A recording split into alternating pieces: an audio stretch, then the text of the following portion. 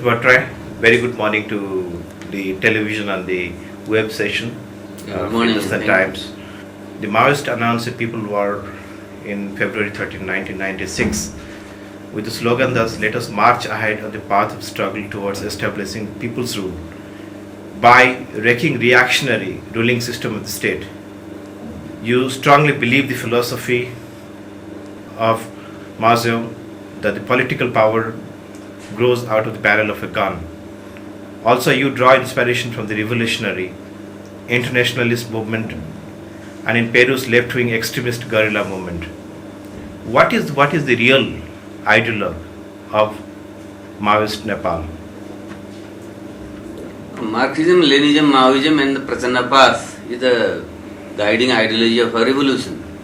Though Marxism is a universal science of revolution, but when we have applied in Nepal, in the present day context, we have applied slightly differently. That's why we call it Prasanna path. So when you draw parallel with other movements like in Peru or elsewhere, you should note the terminology we have used Prasanna path. That means we have certain specificities applied in Nepal. That's why we call Prasanna path. Then only you could understand the real significance, historical importance of our movement.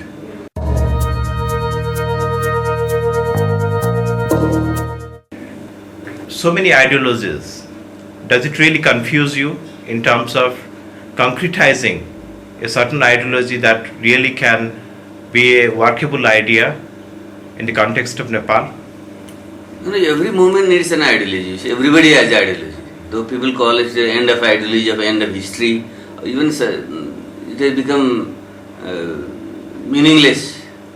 So everybody has ideology. Even the Gandhi has his ideology, and Buddha had his ideology, and elsewhere revolutionaries had their ideology, and we have our ideology. That is Marxism, which is the science of proletarian revolution, revolution of the working class, the oppressed people, oppressed nation.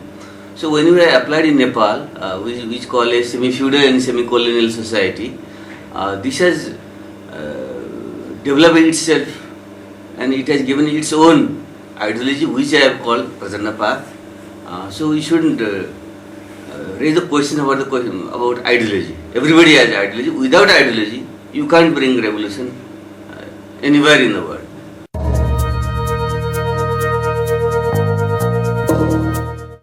There seems to be a host of groups by a common abbreviations. Communist Party of Nepal. There's so many groups, and there's a lot of defunct organizations also by name of CPN.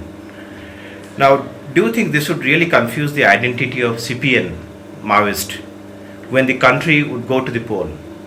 The country is preparing to go to the poll very shortly. And if Communist Party is the party of the proletarian class, but in a society like ours, there are multi-classes. So various petty bourgeois groups, petty bourgeois identities and petty bourgeois ideologies also creep into the movement. That's why there are a lot of splits and counter-splits.